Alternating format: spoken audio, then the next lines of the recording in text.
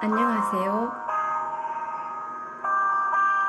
이 시대를 위한 특별한 진리인 현대의 진리를 전하고 있는 에스더입니다.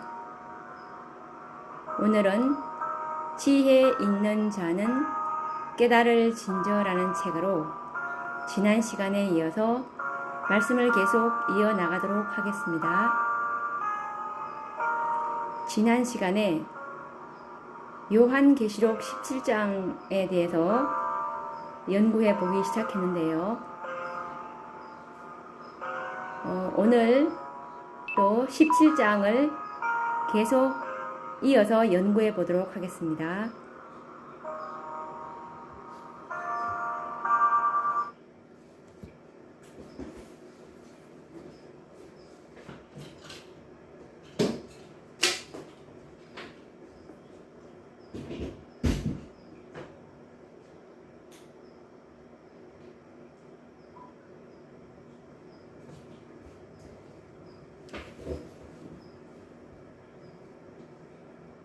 오늘은 붉은 짐승의 7머리에 대해서 연구해 보도록 하겠습니다. 우선 계시록 17장 9절에서 11절 말씀을 읽어 드리겠습니다. 지혜 있는 뜻이 여기 있으니 그 7머리는 여자가 앉은 7산이요 또 7왕이라. 5은 망하였고 하나는 있고 다른 이는 아직 이르지 아니하였으나 이러면 반드시 잠깐 동안 계속하리라. 전에 있었다가 시방 없어진 짐승은 8째 왕이니 7 중에 속한 자라. 저가 멸망으로 들어가리라. 자, 이제 붉은 짐승에 대해서 연구해 보도록 하겠습니다. 계시록 17장에 나오는 붉은 짐승의 7머리는 7왕, 곧 나라를 의미합니다. 곧 북방 왕국들을 말하고 있습니다. 북방 왕들을 상징하는 7머리, 즉 왕은 고대 바벨론 나라로부터 계수하여야 합니다. 첫째는 바벨론이요, 둘째는 메데파사요, 셋째는 헬라 나라요, 넷째 나라는 로마요, 다섯째는 법왕권이며 여섯째는 오늘날 미국입니다. 그리고 미국에 등장할 회복된 법왕권은 7째가 됩니다. 북방 왕조들의 계보에는 애굽이나 아수르와 같은 국가들은 제외됩니다. 성경에 나오는 애굽과 아수르와 같은 나라들은 강하기는 하였으나 단순한 역사 속에 기록된 나라일 뿐 예언의 중심에는 들어가지 못합니다. 그 이유는 다니엘서나 요한계시록에서의 애굽은 남방왕으로 등장하며 아수르는 언급조차 하지 않고 있습니다. 마지막 예언의 계시가 기록된 다니엘서에서는 느부갓네살 왕이 통치하는 바벨론에 대한 역사를 시작으로 하여 예언과 역사가 전개되고 있으며 또 요한계시록에는 배도한 법왕권, 즉 바벨론에 대한 역사로부터 모든 예언과 계시가 전개되고 있음을 기억해야 합니다. 그러므로 북방왕의 계보는 하나님의 거룩한 성전을 불태우고 그의 백성들을 포로로 잡아간 바벨론부터 계수되는 일은 참으로 타당하다고 봅니다. 다니엘과 요한계시록은 기록된 연대와 기자는 다르지만 같은 예언과 같은 시대에 성취될 예언을 기록하고 있습니다. 다니엘의 예언은 마지막 때에 공개될 책이었고 계시록은 속히 될 예언이기에 이 두 성경은 같은 시대에 성취될 예언을 기록한 상하권의 책과 같습니다. 그렇게 볼 때에 순서적으로 먼저인 다니엘에 나오는 고대 바벨론 나라는 계시록에 나오는 영적 바벨론과 연계되어 해석되어집니다. 7왕을 요약하면 다음과 같은데, 우선 5은 망하였다고 하였는데, 이 5은 바벨론, 다음에 메데파사, 다음에 헬라, 다음에 4번째 로마, 5번째 북왕권을 의미합니다. 그리고 하나는 있음이라는 그 하나는 미국을 가리킵니다. 그리고 7째는 앞으로 회복될 북왕권을 의미합니다. 그리고 7에 속하였으나 8째 왕은 붉은 짐승, 즉 사단을 의미합니다. 그러면 이제 붉은 짐승의 비밀에 대해서 알아보도록 하겠습니다. 우선 요한계시록 17장 8절 말씀을 읽어드리겠습니다. 내가 본 짐승은 전에 있었다가 시방 없으나 장차 무저갱으로부터 올라와 멸망으로 들어갈 자니 땅에 거하는 자들로서 창세 이후로 생명책에 농명되지 못한 자들이 이전에 있었다가 시방 없으나 장차 나올 짐승을 보고 기이히 여기리라. 이제 붉은 짐승의 비밀을 연구해 보도록 하겠습니다. 붉은 짐승, 즉 사단과 음녀, 즉 북왕권이 비슷한 역사를 갖고 있기에 동일한 존재라고 생각할 수 있으나 각기 다른 비밀을 가지고 있습니다. 그러므로 붉은 짐승과 음녀를 분별하지 못하면 계시록 17장을 올바르게 해석하는 일이 불가능해집니다. 음녀가 붉은 짐승을 타고 있다는 사실을 주시해 보십시오. 음녀가 로마 북왕권이라면 붉은 짐승은 또 다른 존재임이 확실합니다. 붉은 짐승의 경력과 특징을 보면 다음과 같은데요. 우선 붉은 짐승의 특징에 대해서 알아보도록 하겠습니다. 첫째 특징으로는 전에는 있었고 시방은 없고 라는 말씀이 8절에 나와 있는데, 과거 로마 북왕권의 역사임이 확실한데 붉은 짐승에게 적용시키고 있습니다. 그리고 붉은 짐승의 두 번째 특징은 8째 왕이며 7에 속하였다고 11절에 나와 있는데, 회복되는 북왕권은 7째인데 이 짐승은 7에 속하기도 하나 8째 왕이면서 북왕권과 다르다는 의미입니다. 그리고 세 번째 특징은 무저갱에서 나와 멸망을 당한다고 8절에 나와 있는데, 음녀는 10왕에 의하여 멸망을 당하지만 붉은 짐승은 장차 무저갱에서 나와 멸망으로 들어갈 자입니다. 그러면 붉은 짐승과 음녀, 즉 북왕권은 역사가 거의 동일하지만 또한 다른 점도 발견하게 됩니다. 붉은 짐승은 무저갱으로부터 올라와, 이 말씀은 계시록 17장 8절에 나와 있죠. 올라와 멸망에 들어가고, 음녀는 10왕, 즉 10뿔과 붉은 짐승에 의하여 멸망을 당한다는 말씀이 계시록 17장 16절 말씀에 나와 있습니다. 또 다른 점은 붉은 짐승은 8째 왕이면서 7에 속하기도 하지만 북왕권은 상처가 회복될 때 7째 왕이 되는 것은 확실하지만 8째 왕이 된다는 기록은 성경에서 찾을 수가 없습니다. 요한계시록 17장 8절을 다시 한번 확인해 보도록 하겠습니다.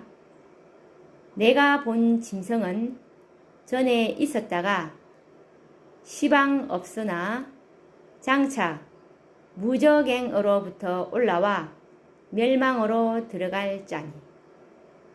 그리고 또 요한계시록 17장 16절 말씀과 위에 계시록 17장 8절의 말씀을 비교하면서 들어보시기 바랍니다. 계시록 17장 16절 말씀입니다. 내가 본 바 이 열불과 짐승이 음녀를 미워하여 망하게 하고 벌거벗게 하여 그 살을 먹고 불로 아주 사르리라.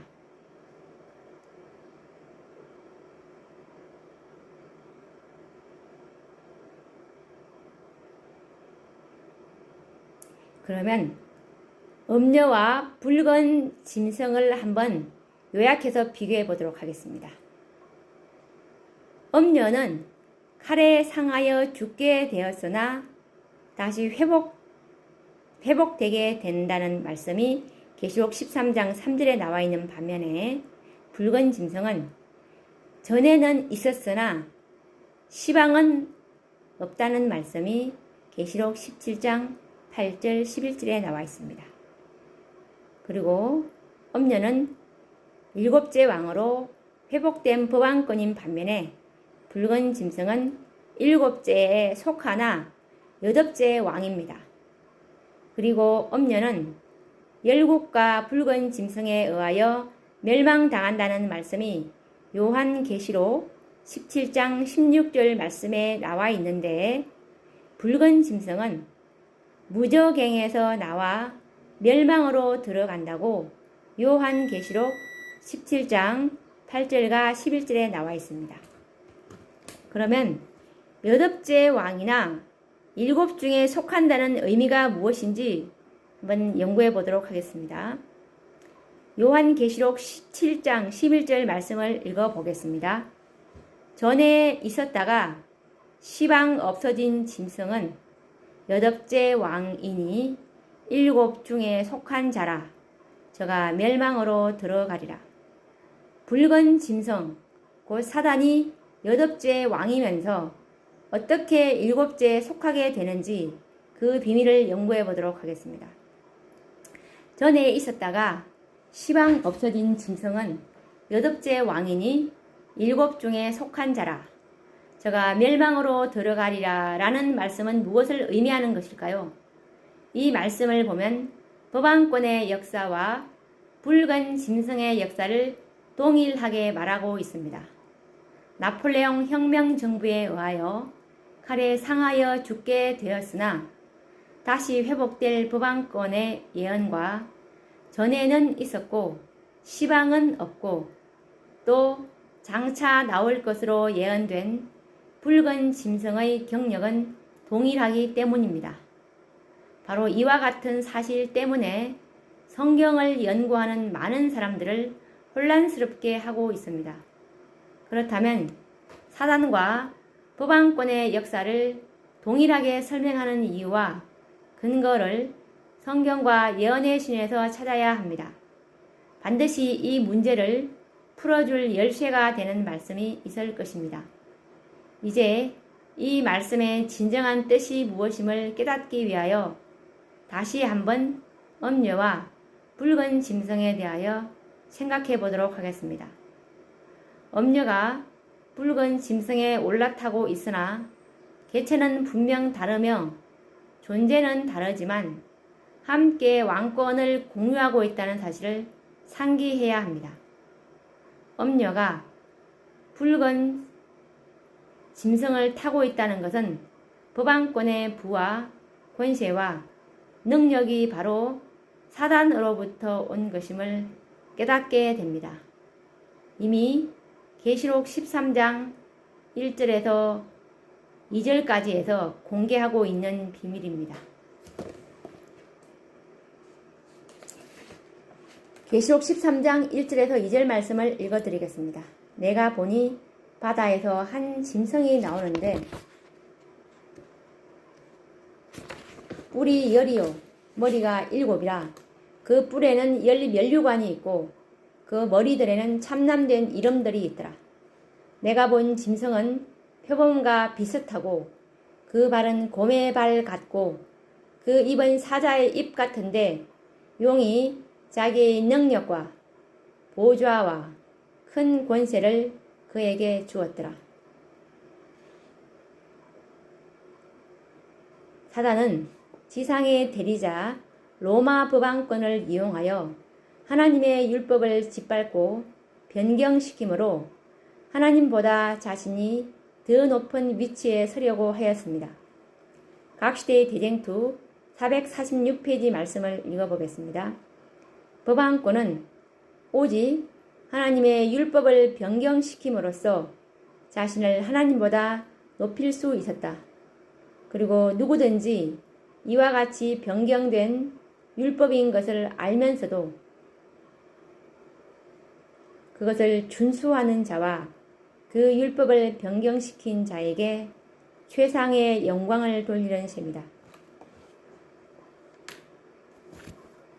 과거 중세기의 법왕권은 말로 지극히 높으신 자를 대적하며 또 지극히 높으신 자의 성도를 괴롭게 할 것이며 그가 또 때와 법을 변개코자 할 것이며 성도는 그의 손에 붙임 바 되어 한 때와 두 때와 반 때를 지내는 동안에 사단은 법왕권을 이용하여 이 세상에서 왕노릇하였습니다. 법왕권이 하나님의 율법을 변경시키고 지상의 최상권을 가지고 있었던 1260년 동안 사단, 즉 붉은 짐승은 지상에서 왕노릇하였다는 말입니다. 마지막 선지자가 기록한 다음과 같은 증언의 말씀은 바로 이 문제를 풀 수 있는 열쇠가 됩니다. 화의 주석 다니엘 7장 25절 말씀을 읽어드리겠습니다. 나, 즉 사단의 대리자, 즉 법왕권을 통해서 나는 내 자신을 높일 것이다. 하나님이 제정한 안식일 준수를 못하게 하므로 나는 하나님의 율법을 멸시할 것이다.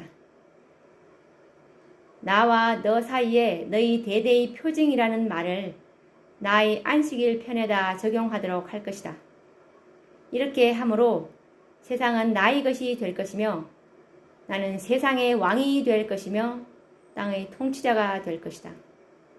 그리고 선지자와 왕 184페이지 말씀도 읽어드리겠습니다. 나는, 즉 사단은 나의 대리자, 즉 법왕권을 통하여 나를 높이겠다. 첫째 날은 찬양을 받겠고 개신교계는 이 거짓 안식일을 참 안식일로 받아들일 것이다. 하나님이 세운 안식일을 준수하지 못하게 하므로 나는 하나님의 율법을 경멸하겠다. 나와 너희 사이에 너희 대대의 표징이란 말을 나는 내 안식일의 편에 적용되도록 하겠다. 이리하여 온 세계는 나의 것이 될 것이다. 나는 지상의 통치자, 세상의 왕이 될 것이다. 나의 권세 아래에 있는 자들의 마음을 조종해서 하나님의 안식일을 특별한 멸시의 대상이 되게 하겠다. 표징, 나는 일곱째 날의 준수를 지상의 권위에 대한 불충성의 표징으로 삼겠다. 인간의 율법을 매우 엄하게 만들어 남녀들로 하여금 감히 제7일 안식일을 지키지 못하게 하겠다. 음식과 의복의 부족에 대한 공포심 때문에 그들은 하나님의 율법을 범하고 세상과 연합할 것이다. 세상은 전부 나의 통치 아래에 있게 될 것이다. 선지자와 왕 184페이지 말씀을 읽어드렸습니다. 증언의 말씀에 의하면 중세기에 법왕권이 지상의 왕권을 가지고 있었던 1260년 동안 사단은 지상의 왕이었다고 예언의 신은 증거하고 있습니다. 그러므로 전에는 있었고 라는 말씀이 응하였습니다. 또 법왕권의 세력이 끝남과 함께 사단의 왕권도 끝났으므로 시방은 없고 라는 말씀이 응하게 되는 것입니다. 사단은 그의 대리자인 법왕권과 함께 지상의 왕노릇 할 때도 있었으나 그의 대리자와 함께 망할 때도 있었다는 말입니다. 사단은 앞으로 미국에 의하여 짐승의 우상이 세워지고 일요일 강제법령이 시행되고 법왕권이 다시금 지상의 왕권을 잡게 될 때에도 사단도 다시금 왕이 된다는 말입니다. 그러므로 장차 나올 것이라는 예언이 응하게 될 것입니다. 이때 사단은 법왕권과 함께 지상의 7번째 왕이 되는 것입니다. 그러므로 법왕권과 붉은 짐승을 동일한 역사로 성경에는 표현한 것입니다. 계시록 17장 8절 말씀을 다시 읽어보겠습니다. 내가 본 짐승은 전에 있었다가 시방 없으나 장차 무적행으로부터 올라와 멸망으로 들어갈 자니 땅에 거하는 자들로서 창세 이후로 생명책에 농명되지 못한 자들이 이전에 있었다가 시방 없으나 장차 나올 짐승을 보고 기이히 여기리라.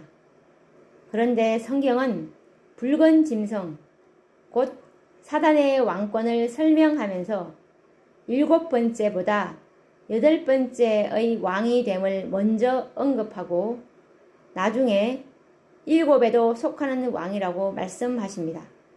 이것은 성경을 연구하는 자들에게 붉은 짐승과 음녀, 즉 법왕권의 존재를 분별할 수 있도록 하시기 위한 배려요, 지혜의 말씀이라고 생각합니다. 사단이 8째 왕이 되는 예언은 조금 후에 이제 연구를 해 보도록 하겠습니다.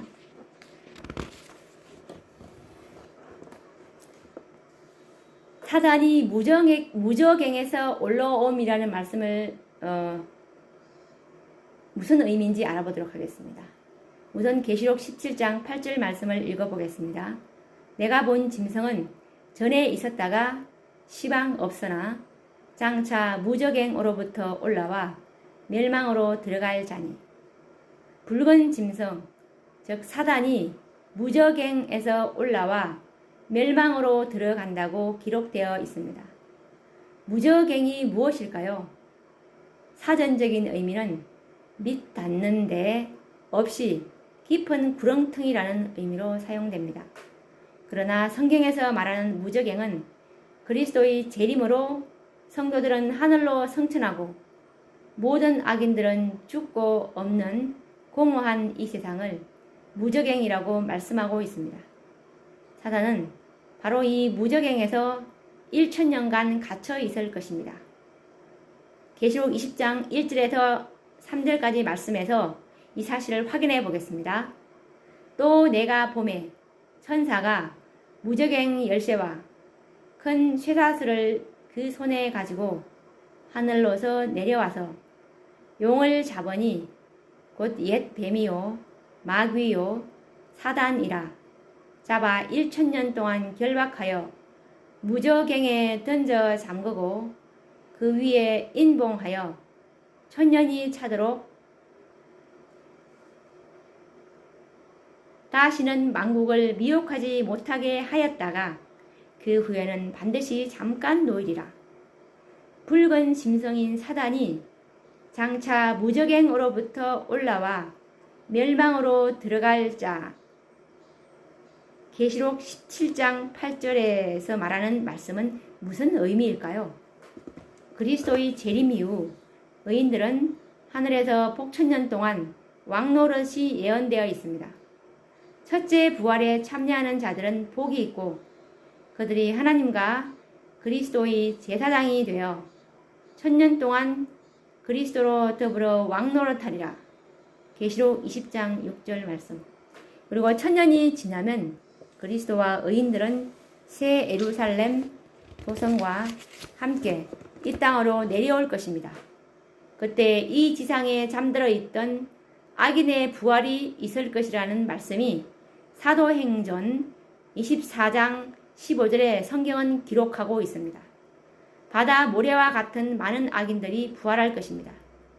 이때 사단, 곧 옛 뱀이요 마귀요 사단이라 잡아 1000년 동안 결박하여 무저갱에 던져 잠그고 그 위에 인봉하여 1000년이 차도록 다시는 만국을 미혹하지 못하게 하였다가 그 후에는 반드시 잠깐 노일이라는 말씀이 응하게 됩니다.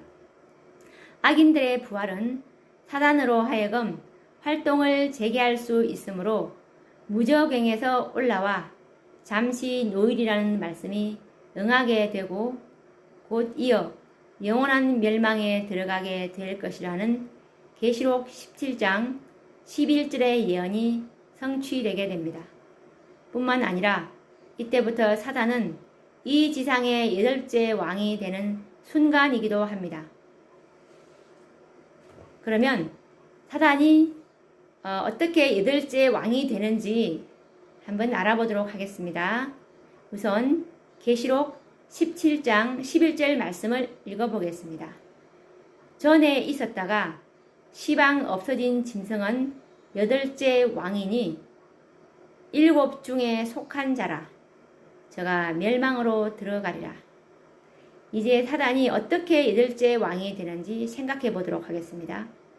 사단은 1000년 동안 폐허가 되고 공허한 무저갱과 같은 지구에 갇혀 있었으나 악인들의 부활과 동시에 사단은 잠시 노여나 부활한 악인들을 기만하여 다시금 그리스도와 성도들 그리고 거룩한 성을 침략하기 위하여 계획을 세운다는 말씀이 각 시대의 대쟁투 663페이지에 나오는데 읽어드리겠습니다. 이제 사단은 최상권을 위한 마지막 큰 싸움을 준비한다. 악의 왕은 비참해지고 기가 꺾여 있었다. 그러나 악인들이 부활하여 그 수많은 무리들이 그의 편이 되어 있는 것을 보게 되자 그의 희망은 되살아난다. 그는 대쟁투에 항복하지 않으리라고 결심한다. 그는 잃어버린 자들의 모든 군대를 그의 군기 아래 모으고 그들을 통하여 자기의 목적을 달성하고자 노력한다. 그 악인들은 사단의 포로들이다. 그들은 사단의 제안을 받아들이고 그의 명령에 복종할 준비가 되어 있다. 이때가 사단이 지상에서 다시금 왕이 되는 순간이며 바로 8번째 왕이라는 예언이 응하게 됩니다. 문자 그대로 부활한 악인들의 수요는 바다 모래와 같을 것입니다. 그들은 하나같이 사단을 그들의 통치자요 왕으로 모실 것이며 그의 지휘 아래 하나님의 성을 향하여 진군하게 될 것이라는 말씀을 보게 됩니다. 각 시대의 대쟁투 664페이지 말씀을 읽어드리겠습니다. 사단은 그의 부하들과 의논하고 그 다음에는 왕들과 정복자들과 강력한 사람들과 상의한다. 드디어 진군 명령이 내린다. 셀 수 없이 많은 대군이 행진을 시작한다. 그것은 일찍이 어떤 정복자도 소집한 일이 없는 대군, 이 지상에 전쟁이 있어온 이래 각 시대의 모든 군대를 모두 합할지라도 비교될 수 없을 정도의 큰 군대이다. 가장 강한 전사인 사단이 그 군대를 진두지휘하고 악한 천사들이 그 마지막 전투에 힘을 합한다. 왕들과 전사들이 그를 쫓고 여러 군단으로 이루어진 큰 무리가 각 지휘관들의 명령 아래 그를 따른다. 그들은 군대식으로 질서정연하게 우툴두툴한 지상을 행진하여 하나님의 성으로 나아간다. 새 예루살렘의 문은 예수님의 명령으로 닫혀진다. 그러자 사단의 군대는 그 성을 둘러싸고 공격을 준비한다. 대쟁투 664페이지 말씀. 이제 사단은 8째 왕이 되어 모든 악인들을 친히 진두지휘하는 모습을 보게 됩니다. 인류 역사상 가장 거대한 군대의 행군이 될 것이며 최후의 전쟁이 될 것입니다. 그러나 악인들은 사단의 지휘 아래 하나가 되어 거룩한 성을 공격하기 위해 진군하지만 그들은 잠시 후 만왕의 왕이 되신 그리스도를 이기지 못할 것을 깨닫게 됩니다. 사단의 운명은 그것으로 끝이 나고 멸망으로 들어가게 될 것이라는 예언이 응하게 될 것입니다. 전에는 있었고 시방은 없으나 장차 나올 것인데 아직 이르지 않았으나 반드시 잠깐 동안 계속하리라. 7 중에 속하지만 8째 왕이 될 것이라는 말씀을 통해서 볼 때 이 8째 왕의 존재는 분명히 사단이라는 것을 우리는 알 수가 있습니다.